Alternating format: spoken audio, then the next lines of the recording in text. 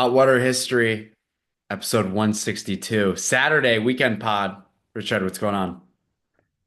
Well, we're going to get into some demonology as well as talking about how the demons are running wild in a certain area of the world and they're being, well, aided and abetted by individuals in another area of the world on the other side of the globe. So, indeed, a lot going on, a lot to talk about here, Charlie. Feels like we're covering a lot of our bases that we like to talk about in one episode with this one. Yeah, I the topic matters are very pertinent to our work and the podcast themes that are apparent and very much touched upon within our own work. Unfortunately, they just reassert the real evil of states and their manipulative practices that always end up in human degradation. And the spiritual warfare that takes place on this earthly battleground that In we this, call out. yeah, in this earthly coil, yeah. So we've got this video from this is something that you're pretty excited to talk about. Tucker Carlson, Bob Amsterdam, I'll be more and excited not to have to talk about this stuff. okay. Yeah. So I'm praying as I have since the commencement of this heinous war, absolutely unnecessary war between Russia and Ukraine for a peaceful solution and end to it all, an end to all the killing, the carnage. But it's absolutely essential that people understand and note the history of this. Do you want to give some background on who Bob Amsterdam is and why this kind of excited you? So Bob Amsterdam is an international lawyer. He's represented clients as diverse from political opponents of Vladimir Putin in Russia. As a 17-year-old, he was actually arrested in Russia for political activism. He's from New York, and he is now the lawyer and representative of the Ukrainian Orthodox Church in its fight against Zelensky. So this is a man who's both skilled and knowledgeable on trying to be a legal advocate for people in a variety of different political and historical contexts, and always an advocate for the downtrodden or whose rights have been eviscerated and abused. And not only has he, as I mentioned before, represented political opponents of Vladimir Putin, so he's not by any stretch of the imagination a Putin talking uh, a mouthpiece, excuse me, a mouthpiece, or as what did Barry Weiss call them? Call people who are Putin apologists in her mind, toady, that she didn't even understand what the word was. It's such an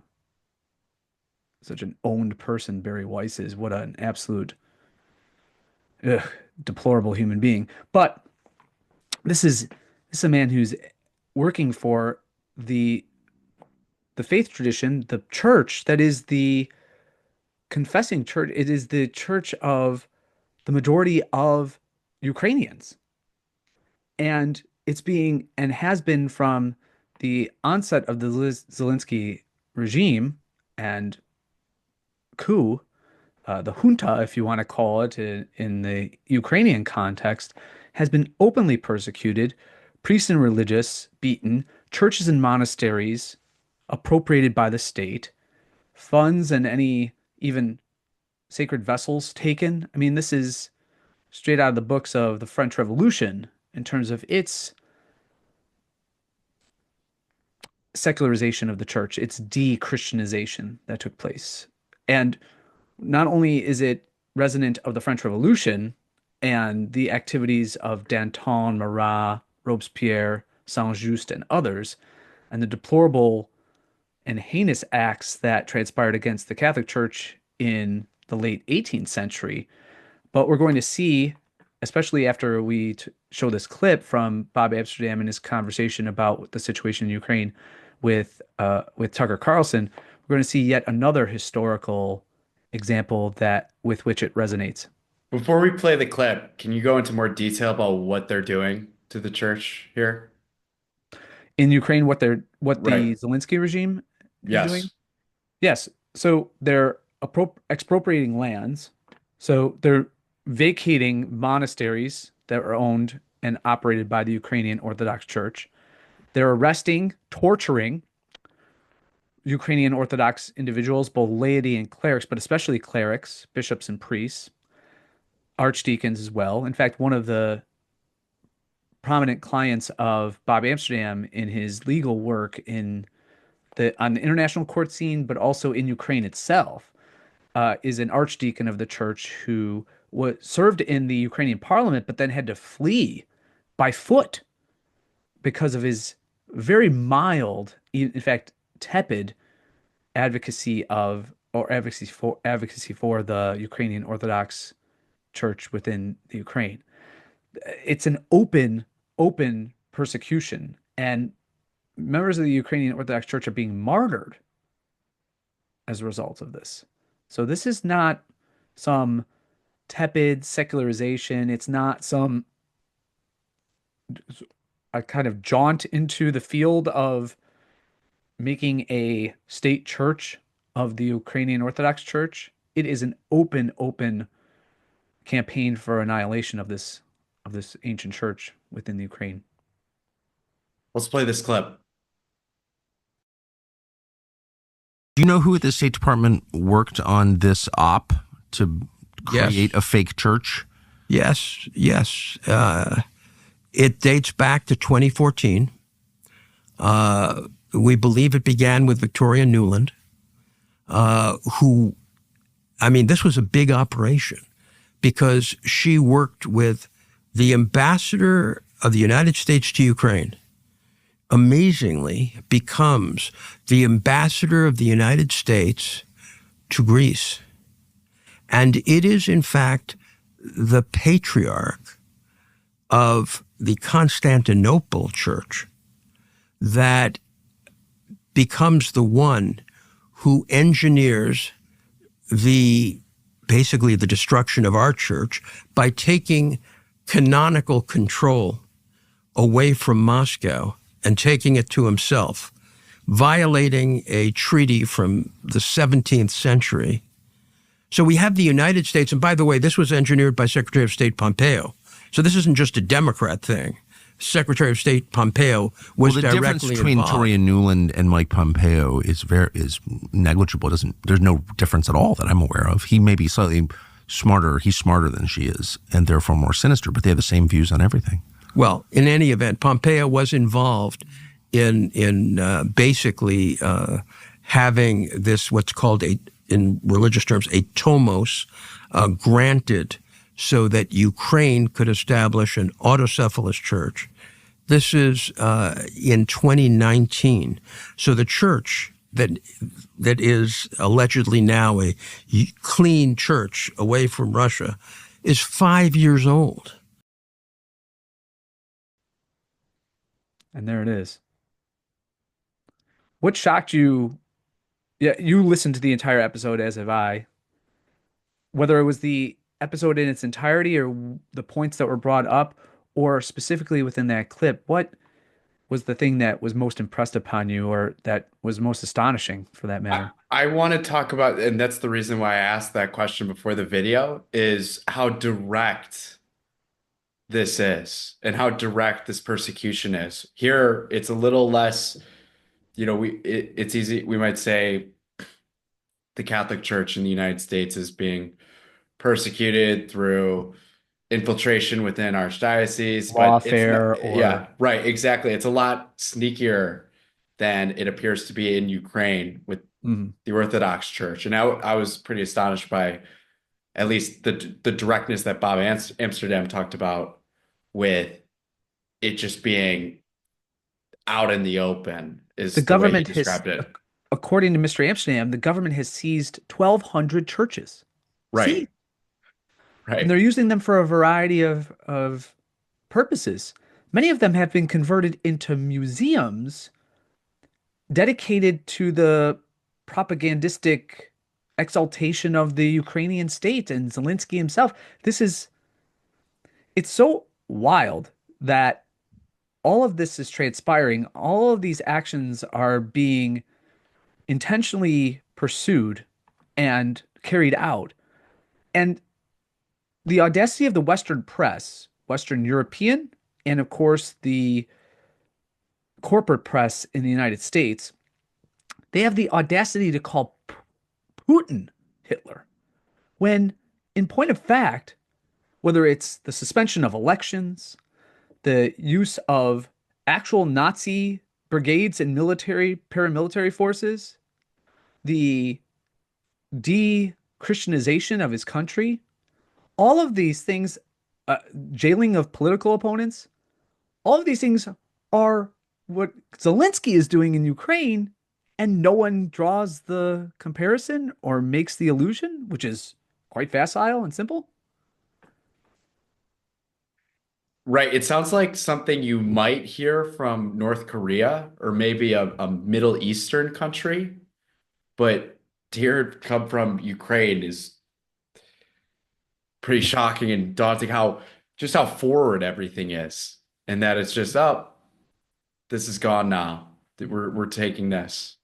Mhm. And for if everything Bob Amsterdam is saying is true, I think it's safe to assume that it is, then the American press has just been covering all of this up. And covering it up because they've gotten direct orders from the Biden regime, Right. and they're carrying out the playbook. They're carrying out the messaging. It makes you, excuse me, it also really forces us, it really compels us to understand how the deep state and these powerful Western regimes, certainly post World War II, but even before that, have been engaged in subterfusion of Christian, especially traditional Christian churches, for the benefit of the state for a long time and with great, albeit detrimental and awful effects. So, people, let's draw a couple of conclusions here. This is a play from a very traditional, old, tried, tested, and true playbook of the state, namely, create not only attempt to destroy since the French Revolution, and maybe they're taking their cue from the Republicans of the French Revolution and the Jacobins of the French Revolution, because not only are they trying to destroy it, just like the French revolutionaries and Robespierre himself, they realized that there was an inherent and intrinsic impulse of people toward religiosity. So they couldn't just leave a religious vacuum when they disestablished, in the case of the French, a national church, or as we're going to see momentarily, the Lutheran and Protestant churches within pre-war Germany. They had to fill the vacuum and fill the void. And what Robespierre did was more radical, and he just totally eviscerated Christianity and left no resonance of it and tried to create a cult of reason to the extent that he had a prostitute dressed as the goddess of reason dance on the altar at Notre Dame Cathedral during a festival of reason. Now that's a revolution, right? That's a revolution. I want to take us back then to what when Bob Amsterdam was explaining the, I would call it the recapitulation or recapitalization. In other words, the replacement of the Ukrainian Orthodox Church with something alternative to it is very reminiscent of both, as I mentioned, the French Revolution, but also pre-war Germany. And the book and biography that best chronicles or that immediately drew my attention, well, my mind was drawn to it, was this.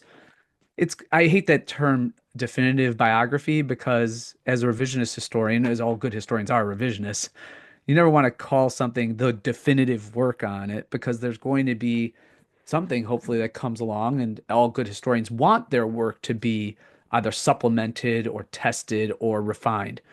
But here is Eric Metaxas's voluminous and very detailed biography of the great dissident and rebel Dietrich Bonhoeffer, a Lutheran pastor, if you're not familiar with him, Lutheran pastor in the pre-war and then during the war years. He became a martyr as he was killed later on. So people forget, or maybe they haven't even been exposed to this, that, and what I love about Metaxas's biography is that he doesn't launch into this whole, what you would expect him to do about Bonhoeffer being this magnanimous advocate for everything that was, well, good. In other words, he wasn't a warrior primarily for just this kind of general sense that the Nazis are bad, Hitler's evil, Himmler has to be taken down. But as a pastor and as a Christian pastor, acting with the principle of subsidiarity in mind, he was most disturbed and dedicated his life to the preservation of what he called the confessing church, which was from his point of view, the Orthodox, Lutheran, and Protestant pastors operative within Germany and who had been operative in Germany since the Reformation, in opposition at times to the state, but in their darkest hours, very much wed to it and cooperative with it. And he understood that what the Nazis were attempting to do was to displace Christianity and what he considered Orthodox Christianity within Germany. So it was never even in all of my historical studies, whether they were in high school, college, graduate school, whatever it was, until I read this book, I didn't really understand the energies that the Third Reich undertook to not simply delegitimize Christianity within it. And oftentimes, really bad historians and people get this idea that somehow Nazism was working in collaboration with the Christian churches. And that's not the case at all. What they were working to do, and it's very clear from his enemies, the chief enemies of Bonhoeffer and faithful Christian pastors who didn't sign on to this new Reichskirche. They literally, Charlie, they called it the Reichskirche, this alternative Christian religion. And they even displaced crosses, not crucifixes, because they don't have crucifixes in Protestant churches, but they took out religious Christian symbols from the churches and replaced it with Nazi insignia. The swastika replaced the cross in these formerly Christian churches, even cathedrals like in Berlin. And they promoted their own bishops. The state was naming their own archbishops and all the like, and pastors and leaders. And it was to this that Bonhoeffer rebelled, because he understood that if you were to extinguish Christian life, culture, religiosity, piety, and practice from Germany, then all evil would wash over Germany. That the Nazis and Himmler, his primary opponent was Himmler in this. And it's actually interesting as well that, and we could go into, I've been looking into a lot of David Irving's work, and David Irving is this British historian who's seen as an apologist for the Nazis, but he's just more so, in my estimation, much more just dedicated and a historian that's dedicated to telling the truth of what transpired. It's interesting that both Metaxas and Irving talk about how, well, Hitler didn't really know a lot about what was going on here. It was his underlings that were pushing, especially vis-a-vis Bonhoeffer and the suppression of traditional Christian churches that they were going on. And Hitler saw that Bonhoeffer and others as kind of annoying gadflies, but it was Himmler that wanted to openly persecute them and ultimately eliminate them, as he saw that they were a threat. And Himmler was right. The confessing churches were threats, both to their campaigns of anti-Semitism, but more so to their campaigns of ridding Germany of what was traditionally held to be Christian. So where does Bob Amsterdam get that the most wrong? Where's the historical? Oh no, I don't inaccuracy? think he's getting it wrong. He just doesn't he didn't mention, maybe just out of a kind of inculpable ignorance, Got that it. this had gone on in Germany, that the German Reich, the Third Reich, was extremely dedicated to ridding the the getting rid of the traditional Christian church within Germany in much the same way that it's almost, as you read Bonhoeffer, as you read this book, the systematic way in which Zelensky is carrying out, and it stands to reason, the Nazis in the Azov Brigade, these are not Orthodox Christians. So too were those who subscribed to Nazism in its fullest extent. The Heinrich Himmlers, the Goebbels of the world, they were not Christians in any real sense. So as a result, they're carrying out it's almost an exact reimaging of what the Nazis did to disestablish, propagandize,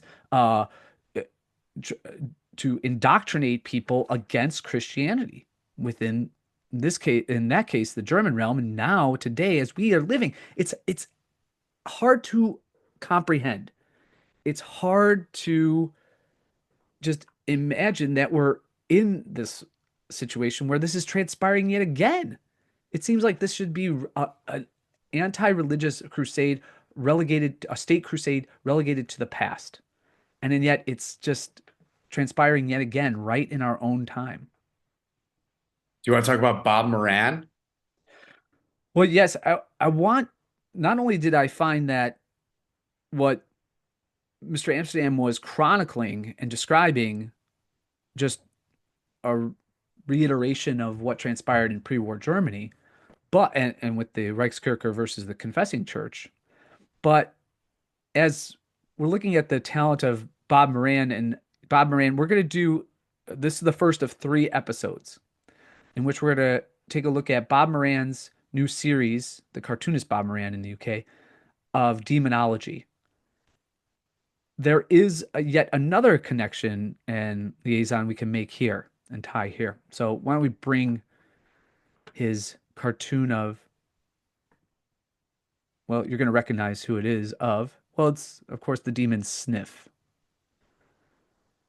And it reads, Despite his low rank in hell, Sniff, sometimes referred to as Pete, is a terrible demon known for great feats of wickedness, often appearing as a senile old man, incapable of coherent speech.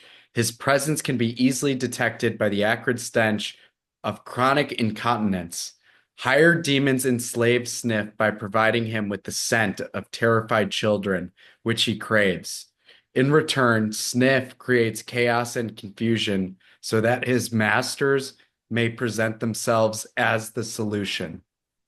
what an absolutely flawless and brilliant presentation or representation of the Biden regime and the And Biden for presidency. those who aren't able to watch on video, it's a saggy picture of Biden in an adult diaper sniffing a doll girl. Yes. And you have these really morose and twisted trees and branches growing out from his back. And furthermore, yeah, he's sniffing a girl's doll, and instead of hands, what's revealed is these claws. And what Bob Moran has reminded us of in this very stark representation of Joe Biden is the how owned this man was by demons. And one of the outcomes of that was his diabolical support of this heinous war. In a sense, he's the unwitting to a degree, but also compliant man who poses as this unwitting and incapable senile old man. But there are these unavoidable signs, whether it's his incontinence, his oddly lustful pedophilia type tendencies, and also his acts of pedophilia with his own daughter, for example, that lead you to believe that any outside shell or mask facade of him being kind of the the incontinent grandpa was all just a cover for all these maniacal and diabolical acts that transpired during it wasn't just his presidency. I mean, he was during his vice presidency. He was after all, he was the point man. Obama's a point man on Ukraine. And he was the one people need to be reminded who went over to Ukraine to his account 12 to 13 times, a baker's dozen amount of trips to the Ukraine prior to and then after the Maidan Revolution and coup inspired by the CIA and Samantha Power and Victoria Nuland and all these ghouls. I wonder if Victoria Nuland will make the demonology series for Bob Moran. I hope she does. I know Keir Starmer probably will appear and others as well who orchestrated all this, Richie Sunak in the UK. And what do the demons want to do above all? They want to snuff out the recasting of the imago Dei in people that comes through by confession of belief in the God made man. So this is it any more ridiculous and Orwellian attribute to call Biden a Catholic who is being the instrument of Satan to carry out all of these horrific persecutions against a Church of Christ in the Ukraine and supplanting it with really Joe Biden and all the people who are his handlers, the Jake Sullivans, the Anthony Blinkens. Yes, many of them could be called, they might even be practicing Jews or so-called by name practicing Christians, but in reality, they are the instruments by which Satan is dispensing of this ancient church through this war in Ukraine in support of a dictator. More so, yeah, he's more of a despot in Ukraine, and that's Zelensky. I like how in the picture he's got no muscle. It's all just It's bone and bones and fat, fat. and his acrid diaper is just overflowing with feces and urine. It's not a Uh, pleasant picture, but it sure does talk about the truth. It's pleasant in its revelation of reality. yeah. That's what makes it great art. Bob Moran, the best of our times, would you say? Hero, hero. Speaking of, if we transition into a pseudo-Christian, much more in our proximate sphere. Talk Yeah, let's about talk about Father Father Flager. Michael Flager is at it again. Yeah, what's he doing this time? I wonder sometimes during the Biden years where Father Flager was able to, well, do his work, his dirty work and extortion work uninhibited or without any real challenge as to if he ever, because he's such an attention whore, did he ever lament the fact that under Biden he was able to do all the things he could without any obstruction? And now he's really relishing the opportunity because now, well, all of this sunlight has been cast upon USAID and the U.S. Conference of Catholic Bishops who have the sheer evil gall of like Judas going after and actually proposing, not just proposing, but uh, bringing to court a suit against the Trump administration for the defunding of Catholic charities and Catholic relief services because of all this migrant care money. I mean, just disband already. The U.S. conference. Can you tell me in your lifetime, Charlie, and certainly it would even extend in mine, which is much longer than yours up to this point. I mean, has the U.S. Conference of Catholic Bishops done anything of benefit to the Catholic Church, to the parishioners in the pews of the Catholic Church in the United States? I I don't you'd have to stretch to say that their statement on voting was helpful. You'd have to really stretch. I mean, the the repugnant pharisaical hypocrisy of these men knows no bounds. It was revealed that of the money that has been given over to various social activities. And these are men that supposedly uphold the value that the inherent dignity of life from conception to natural death is the foremost uh is the foremost cause to which they must be devoted to in their activities. They assigned something like $127 million to migrant care, and of course the surreptitious and underhanded means by which they brought in and facilitated all of this terrible abuse given the migration of the and immigration, um, scuttling. Well, and they devoted all that money, and they devoted of that money $3 million to pro-life causes. I mean, just disband. What a just filthy and disgusting institution. And then they have the sheer gall and audacity to beg for capital campaigns and more money for Catholic relief services. Awful. Sorry, I went off on a rant there, but I think it was necessary. And here's Michael Right. Flager, who's going to be in support of all those things, For all of the immediate evil. release at St. Sabina's, raising the flag upside down on Monday, February 24th at 11 a.m. Some individuals and members of St. Sabina will gather together in front of the church to raise an American flag upside down as a sign that, quote, America is in a state of emergency. Reverend Michael Flagler said, while Medicare is at risk, thousands of government workers are being fired. The Department of Education is being eradicated. African, Haitian, Venezuelan, and Mexican individuals are being identified as criminals and scooped up like animals to be deported. Oh, I love their being identified. But by definition, they are criminals. A billionaire citizen has been given total access to U.S. citizens' private information.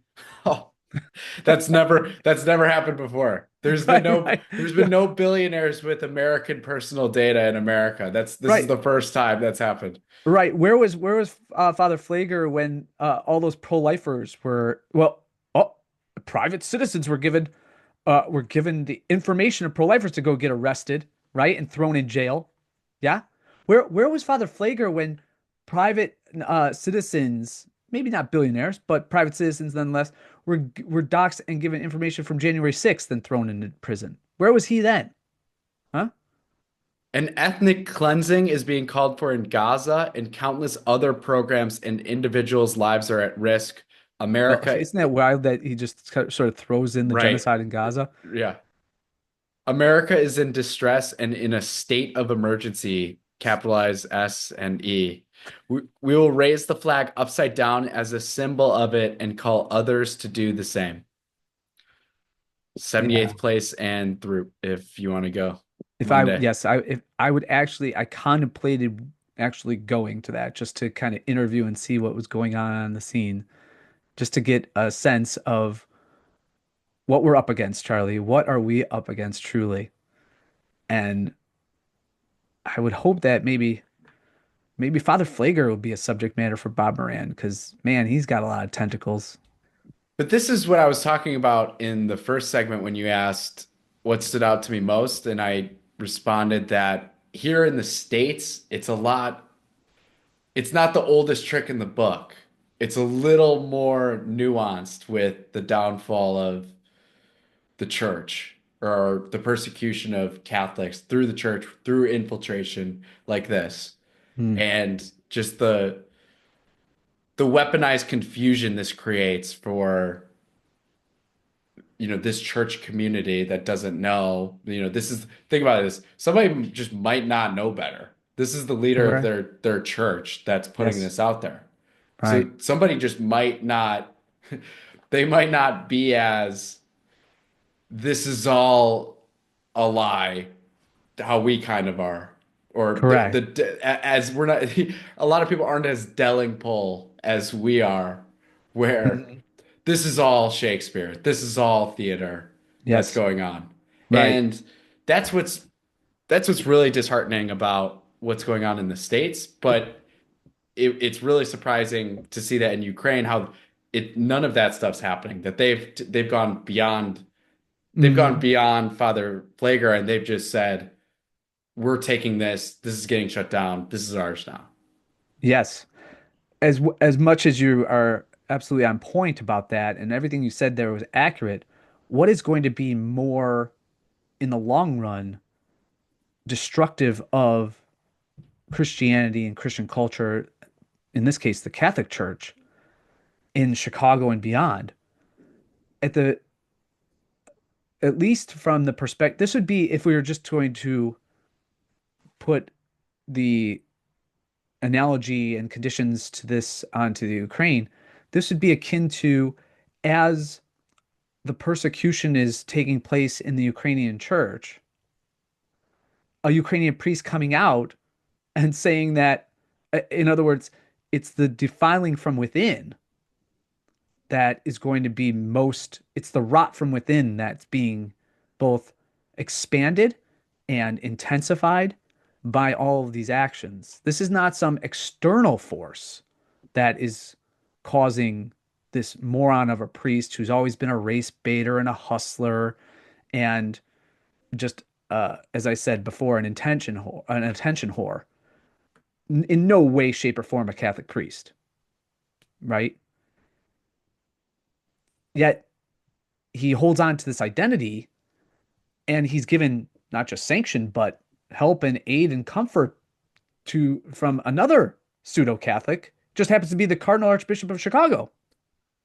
So all of this taking place, as you said, even to a, let's call it objective observer, and someone who's going to give the church a fair look, examination.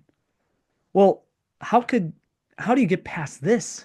How do you get past this sinister evil? How do you get past this messaging, this mendacity, this obfuscation, all of the things that are so inherently wrong with this and have not only do they have nothing to do with Catholicism, but more so this is an advocacy and a confession of things that are absolutely contrary to and anathema to Catholicism. I mean, isn't it wild too? You and I, as art and caps, we always have been complaining about the church's both dependence upon or penchant toward the the official sanction of the state. Isn't it wild that why does this guy even care? An authentic Catholic would say, I'm going to save souls. That's my job as a priest to confect and dispense of the sacraments as Christ has called me to through my holy ordination. Whether it's in keeping with what the state is doing or against it, right? So, and it's always against it. But he seems just intoxicated with all of these non it's always the politics of the day. It's the clearest sign. It's not just a diversion, it is his obsession.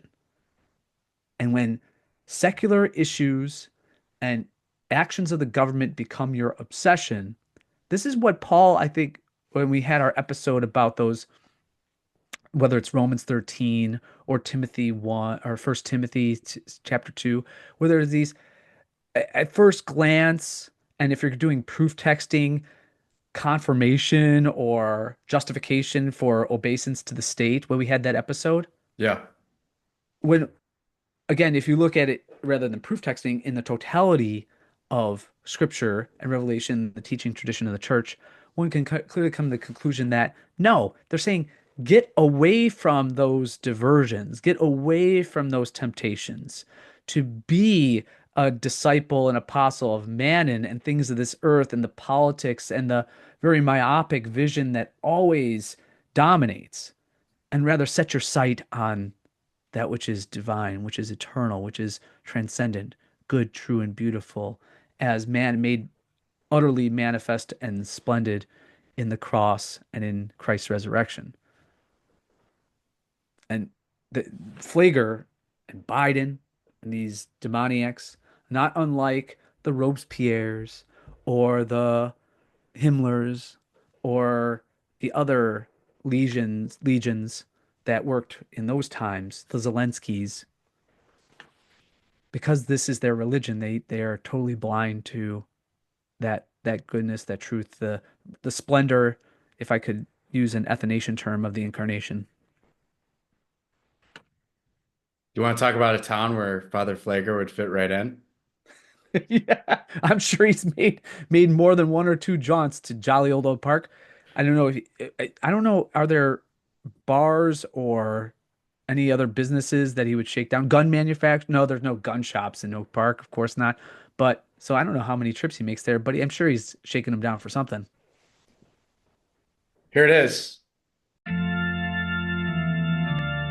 Meanwhile in Oak Park. Should we go to your gay suburb now?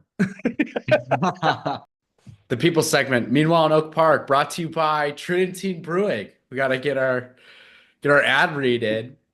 I'm about to head out to Wisconsin soon and gonna get my re-up on some Stocking up. Cristeros. Yes. Awesome. Yes. Soon to be in all 50 states, but right now, And it goes without saying that Charlie's going to be buying me at least some Quartermaster Jerry and Cristeros. goes without saying.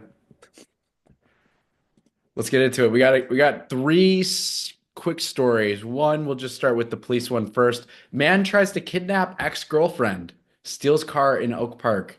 Fun times. The incident happened around 1 a.m. Friday on the 100 block of North Kenilworth Avenue.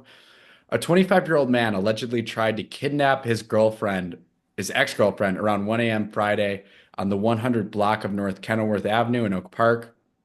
After a police chase, the alleged kidnapping was thwarted, according to WGN9.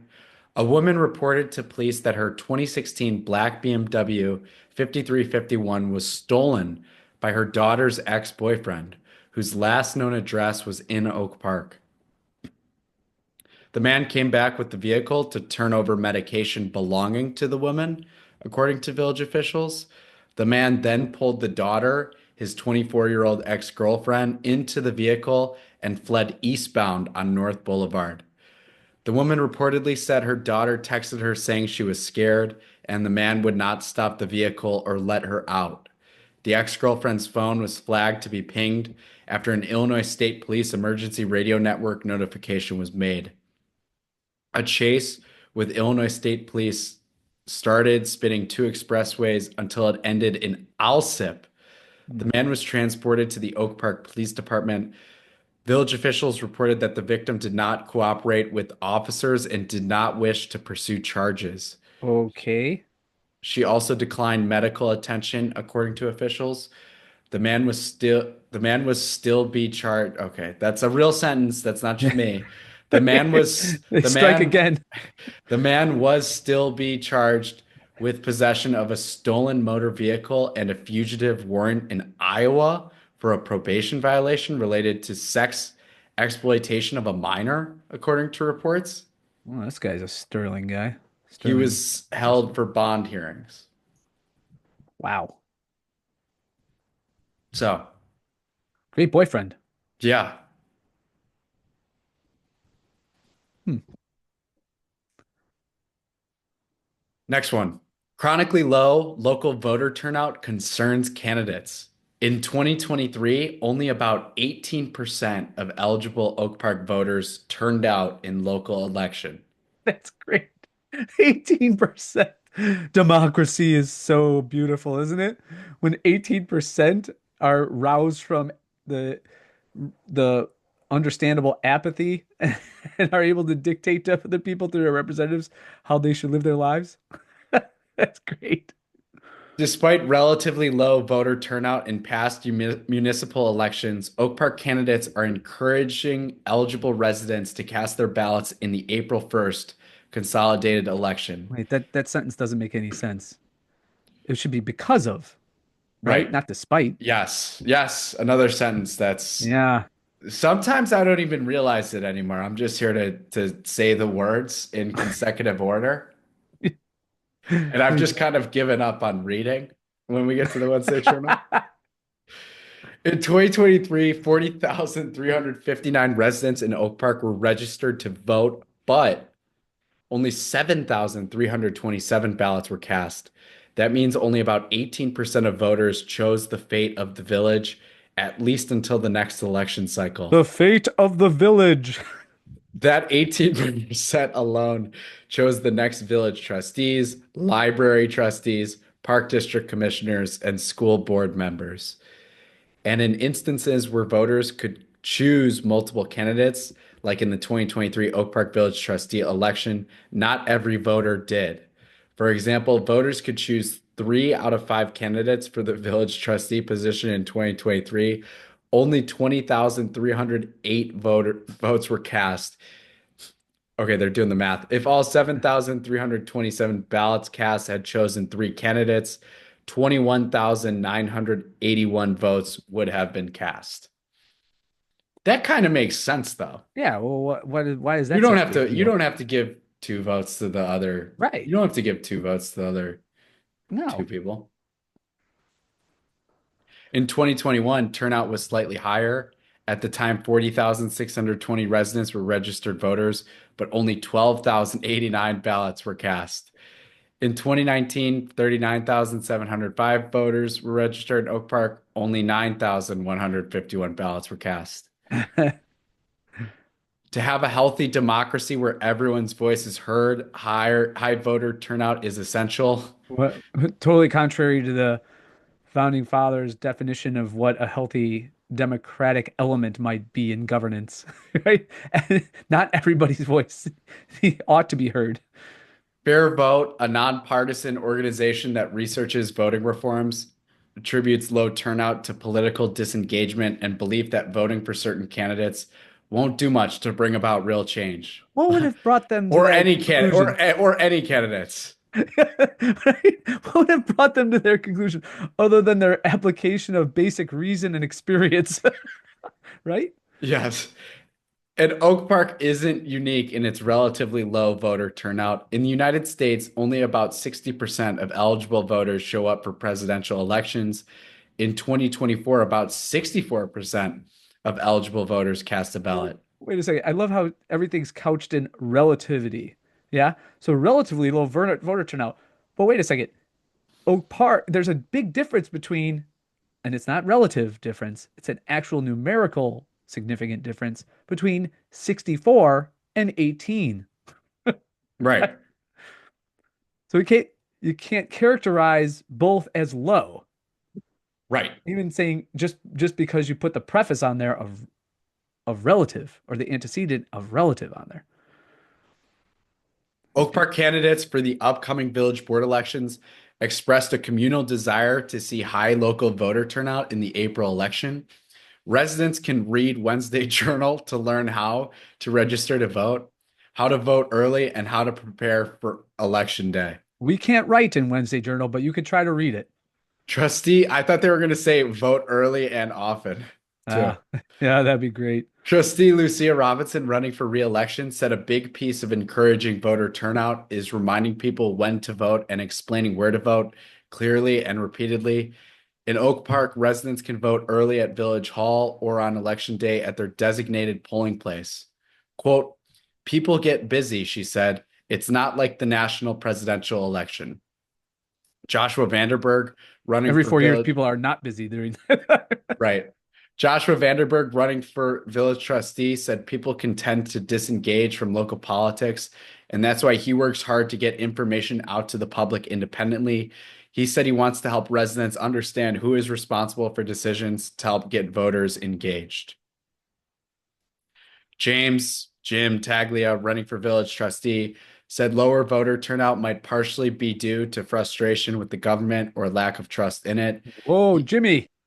He said he wants people to believe in their trustees and to continue to work with residents to solve problems. Trustee Chibuke and Yia, also running for re-election, added that he's encouraging voter turnout by reminding residents how local elections directly impact their lives. Quote, decisions made here on housing, public safety, sustainability, and more shape our community in ways national elections often don't, and Yia told Wednesday Journal. This is great. I read this ahead of time. Trustee Ravi Parakat, running for village president, agreed that showing voters why their vote matters in local decisions can help drive turnout. Quote, raising awareness about what's at stake in this election and how voting can drive positive change is crucial to increase voter turnout, he told Wednesday Journal. For example, the proposed but unnecessary $150 plus million tax-funded Village Hall project impacts us all. It threatens affordability, inclusivity, and community safety. This kind of reckless spending will price many out of Oak Park. We must act now to ensure our village remains a place where everyone can thrive. Shots fired by Ravi.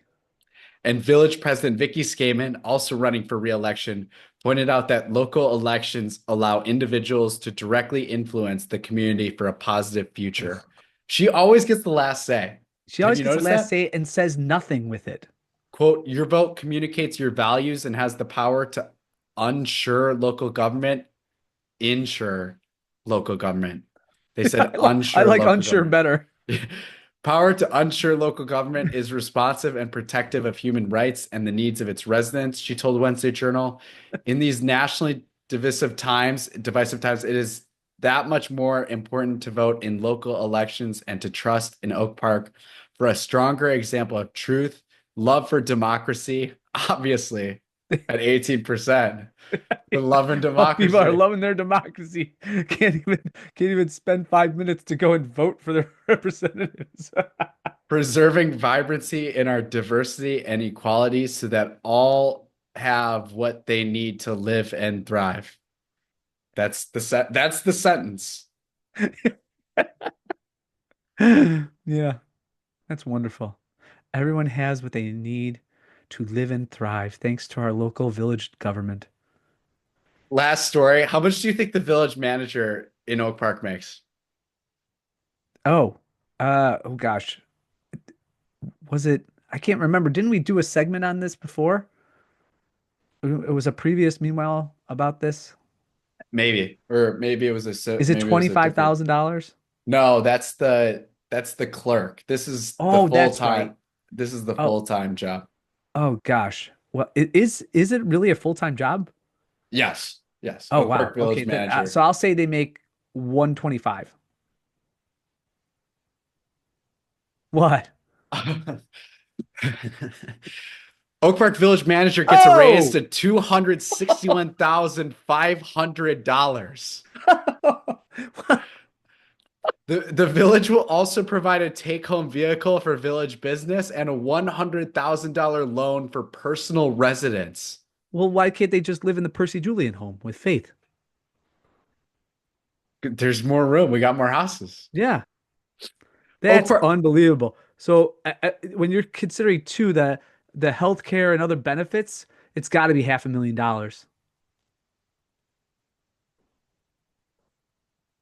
Right? Yeah, it's got to be around there. I mean, are you throwing the $100,000 loan in there?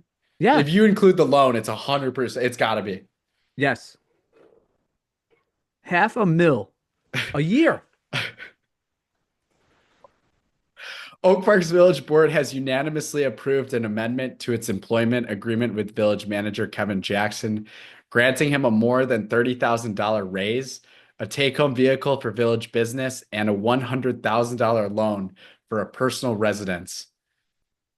Jackson's salary will now be $261,500, up from $231,400, a 13% increase. Well, but Charlie, the reason for all of this is because living in Oak Park is expensive.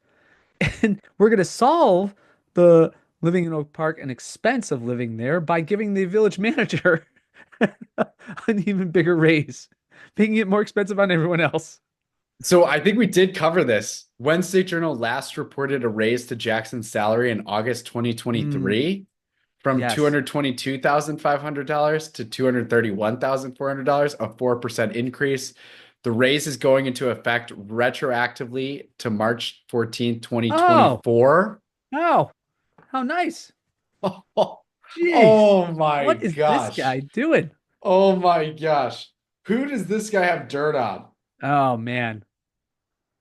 Village President Vicky Skaven said his salary hike is linked to when his last contract ended. Delays can happen, but once a review is complete, it is fair and common practice to be retroactive, she told Wednesday Journal. Is The, it? the delay in conducting the village manager's review is due only to scheduling challenges. For a year? Really? Jackson has served in the village manager role since early 2022. The village board held a special meeting January 22nd this year to discuss in executive session, quote, employment, compensation, and performance of specific employees. Quote, I am grateful for the board's confidence in me to continue in my role as village manager and deeply honored to continue serving all of Oak Park, Jackson told Wednesday Journal. Bet your ass you are. Quote, together we are invested in the important ideals of diversity, equity, and inclusion, and I am excited to The very continue. reason I'm here as village manager. And I'm excited to continue to do the work necessary to build a future where these values guide the decisions we make and actions we take every day. Another just vacuous nonsense. As part of the agreement, the village will also provide Jackson with a village-owned vehicle for village business. The car will have an electric motor and a minimum range of 300 miles, according to the agreement.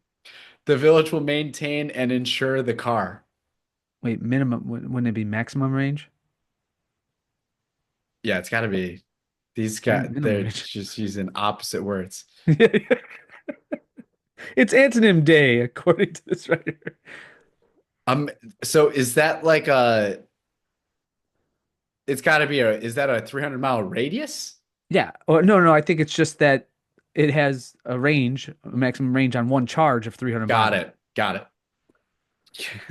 Keeping them Why on. does that matter? Keeping them on a leash. Yeah. Don't go too Isn't far it- from us. Because of course there are no chargers outside of Oak Park. So you can only drive, according to their concept, they can only drive 150 miles one way and then 150 miles back to get Yeah, charged up. don't drive too south. Yeah, Don't go yeah. too south. You're gonna get stuck. The village board also has approved granting Jackson a loan in the amount of $100,000 for a personal residence. The loan won't be granted if Jackson rents or resides in Oak Park without being the owner of the fee simple title, signifying full ownership of the property. If Jackson stops working for the village voluntarily, he must repay that loan for residence within either 6 months after the date that employment is terminated or by the closing date of the sale of fee simple title to the Oak Park residents, whichever comes first. Although the agreement was approved as part of Tuesday's consent agenda, Skaman briefly addressed it. She said updates to the village manager's salary are made after careful consideration of the market rate. The market rate, hilarious. Yeah, The right. market rate. And comparable compensation with villages of similar size and workload. Quote, the village manager's contract falls within the median range and demonstrates confidence in his performance, she said. It is personally my honor to serve alongside village manager Kevin Jackson. And give you other people's money. Give him other people's money. Quote, my family and I are proud to call Oak Park home, and we will continue to be rooted in this community for many years to come, Jackson told Wednesday Journal. There it is. That's a segment. Meanwhile in Oak Park. What would have happened if I'd gone for it and just said, no, I'm gay. Does he have to pay back that loan? This is one of those loans that I think he only has to pay it back if he quits. that's insane. That from what That's I'm not a reading, loan. there was no amortization schedule or anything that No. was mentioned about Right. No. the loan won't be granted if Jackson rents or resides in Oak Park without being the owner of the fee simple title. Okay, so Yeah. So as long as he owns the house and continues to stay there, he's not gonna have to pay it back. Wow. what a joke. Yep. There you go. What a joke. Mm-hmm. So, but with benefits and all that with that loan, that doesn't fall within the median range according to Vicky Skaman anymore, does it? I don't think so. No, I wouldn't don't know think if so that's either. what they do in maybe they checked on what they do in Evanston and That's the median. That's the average. What's happening in Evanston or Yeah, they took California? one number for the median. Yeah, yeah. The Evanston Village Manager salary. It was right in the middle. We averaged it out. No, We Charlie, averaged they divided took by two one. numbers and then came up with a median. It was Right. the Evanston Village Manager's salary in 2024 and what it's going to be in 2025. Yes. That's what they decided on. It's right in the middle. It's comparable, relatively speaking, of course. Right. What a joke. Yep. Well, that was a great episode. Mm-hmm. Covered a lot of our bases. You got anything else? Only a tease for next week's episode. I haven't even proved this with you, but I'm just going to go out and say that we could do this, and you can always shoot me down, of course, because you are the power player on this beautiful podcast that we have. And that is, I want to do a Dark Notes episode, Okay. which, if you're not familiar with our previous Dark Notes episode, it was a banger on To Kill a Mockingbird, but on a book that was very much less popular and less well read, but nonetheless a pretty good book about a Confederate naval officer, Raphael Semmes, called Wolf in the Deep or Wolf of the Deep, and his harrowing and very wild adventures in seizing Union ships. And I have a lot to say about it by historian Stephen Fox. So we're going to go into a Dark Notes session with that. I'll provide Charlie with some notes and we'll dive into that book. Awesome. As well as, remember, we're going to continue on our Bob Moran demonology cartoon analysis. It's actually more fun than I made it sound, but with the next demon that he's already drawn. Here we So go. a lot to look forward to in the next show. How's that sound, Charlie? Sounds Any great. objections? All right. No. All right. Until then, everybody, God bless and peace. Peace out.